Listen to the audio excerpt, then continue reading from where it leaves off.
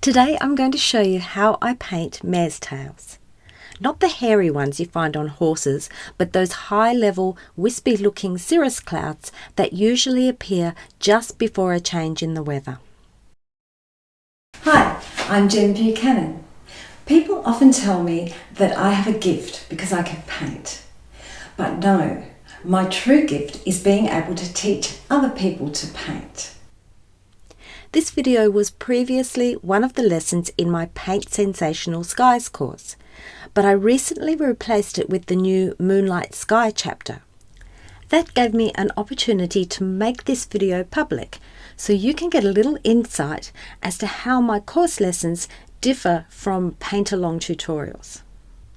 In this lesson, I will show you how to use complementary colours to make an object stand out, paint thin, wispy lines using a dry brush technique, and use tone to give the appearance of distance. The colours I'll be using today are cobalt blue, red gold, ultramarine blue, cadmium yellow light, and titanium white. The brushes I'll be using are a soft synthetic flat brush, a small flat bristle brush, a fan brush, and a medium round brush. Are you ready to dive in? The fact that these clouds are so wispy means that it's not really possible to paint them in 3 colours as I normally would with other types of clouds. Instead, I try to use maximum contrast against the background to make them stand out. The way we do this is by using a complementary or near complementary colour. Complementary colours are those that are opposites on the colour wheel. Red is complementary to green, yellow to purple, and orange to blue. Complementary colours are as far apart as you can get on the colour wheel, so they give maximum contrast when painted next to each other. If you don't already have a colour wheel, you can download one from the free resources section of my website, bluebeachhouseart.com. I'll include a link in the notes below for you. I've decided to set this painting in the middle of the day when the sky is at its bluest. Therefore, cobalt blue, which is about as close as you can get to primary blue, will be a great colour to start with. A bit of white can then be mixed in to create a nice mid-tone sky colour. The tone is the intensity or saturation of a colour. The amount of saturation is known as the tonal value.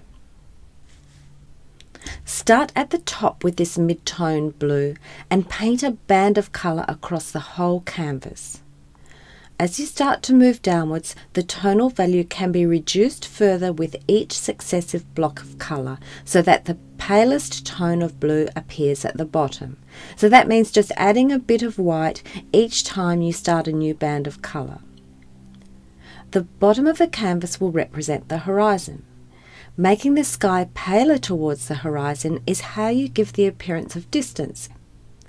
Giving the appearance of distance using tone is known as aerial perspective. After the whole canvas is covered, allow it to dry completely so you can get a good look at the transitions between tones. Acrylic paint goes a little darker as it dries, so if you have some parts that are wet and some that are dry, you won't be able to tell if you have the blending correct. Then, if you feel like you need a more solid coat of colour, you can go over it again, repeating the exact same process. 2 coats of colour will help you to achieve a smoother blend between the different tones. After that, if you're still having trouble with blending, check out my other video on blending colours smoothly in acrylics. Once you have a dry canvas with a solid blue sky that transitions gently from bright at the top to pale at the bottom, it's time to start adding the clouds. Because we've started with a nice bright blue sky, the colour of the cirrus clouds will stand out best if we use a pale version of orange, or a variation of orange, to paint them. That's because orange is the complementary colour to blue, so this is going to give maximum contrast. and will make the clouds appear even whiter than they would if you were to use white paint.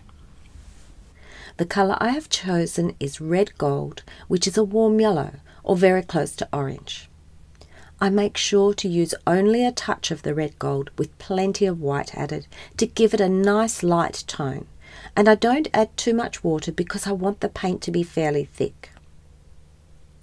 You also want to make sure that the background is nice and dry before starting on the clouds so that the two colours do not mix together. Mixing complementary colours together will tone them down rather than making them stand out against each other. To make these clouds appear wispy, I'm going to apply the paint with what is known as a dry brush technique. That is, you use a fairly thick mix of paint and drag it across the top of the canvas, or watercolour paper if that's what you're using, so that the paint sits only on the highest level and does not penetrate into all the little grooves. This technique is very handy for creating texture in your artworks, especially when painting objects such as timber or other rough surfaces, rocks perhaps. In this instance, I'll be using the dry brush technique to give the impression of lines that are just too small to paint individually. The best way to achieve a dry brush look in acrylics is with a bristle brush. You can use either a fan brush, which is my favourite, or a flat bristle brush, preferably with ends that are not too neat. Remembering that clouds tend to form in lines, I've decided to apply mine in a roughly diagonal direction, starting at the bottom right. I'm using a small, flat bristle brush to paint a central line, and then I'll switch to a fan brush. If you don't have a fan brush, you can continue to use the flat brush and turn it on its end so that only a few bristles are touching the surface. Thinking about the name Mare's Tails is going to help you remember how to create these clouds. Now, a few finer lines that gently fan out either side from the centre can be painted in as if they were, in fact, the hairs on a horse's tail. We want to keep the edges nice and wispy, so I would recommend starting small and then going back to build upon the first layer. This will help you to avoid overdoing it. It's much easier to add more clouds later than it would be to take them away. Okay, good. Now I'll add another mare's tail to the left of the first using exactly the same technique, making sure to leave no hard edges. Once you have the main shape blocked in, tease out all the ends of the lines until they come to a very fine point. These clouds can be built up in a succession of layers, but it's best to start from the bottom each time. That way you can make sure that the area near the horizon always ends up being the palest part of the sky. Now you've had a bit of practice, a third tail can be added to the right of the first, and you should be able to go into it with a bit more confidence this time. You want to make sure there are no hard edges. To do this, wash your brush clean in the water and then go back to your lines and continue to drag the paint across the canvas until the line disappears. You must do this while the first painted line is still wet. To further soften the edges at the very end of the tails, I'm going to switch to my fan brush again, but you can use your flat bristle brush. Just wash it clean and then remove most of the water on your damp rag or paper towel and then keep brushing outwards from the ends. Finally, a couple more smaller tails can be added to fill in any large gaps. Just use your own judgment here on how far you think you need to keep going with adding more lines. Now stand back and let your work dry before going any further. Acrylics go a little darker as they dry, so you may lose some of your contrast. If that happens, you can continue to add more layers until you achieve a nice wispy cloud that stands out well against the blue sky. I'm happy with mine, and I feel I have a nice, subtle looking sky. If you would like to add a bit more drama to your sky, then start with a darker blue, as I've done in this example. The colour is still cobalt blue, but I've added less white and I've not made the sky paler as it moves closer to the horizon. The pale tones I add from the clouds will do that for me. I think I prefer the more subtle sky, so I'll continue to work on that one. I want to show you now how to move the sky backwards by adding a bit of landscape to the bottom of the painting. Previously, I explained that making the sky paler or reducing the tonal value as you move towards the horizon gives the appearance of distance. This is known as aerial or atmospheric perspective. Objects not only appear paler in the distance, but also bluer. In fact, mountains often appear completely blue when they're a long way away. That's probably why we have a mountain range here in Australia called the Blue Mountains. So when I start to add some rolling hills to the bottom of this painting, I begin with the ones that are furthest in the distance, and I make them blue. The blue I have chosen is ultramarine, mixed with a bit of white, and I'm going to add a tiny touch of the red gold to dull the colour a bit. Remember I said that mixing complementary colours together will tone them down. We want the next row of hills to appear closer, so they should be less blue. You can use the same blue mix as for the first row, then just warm the colour up with a tiny bit of yellow until it becomes a sort of dull green. Now, I'm not going to go into too much detail with painting the hills because this painting is really all about the sky.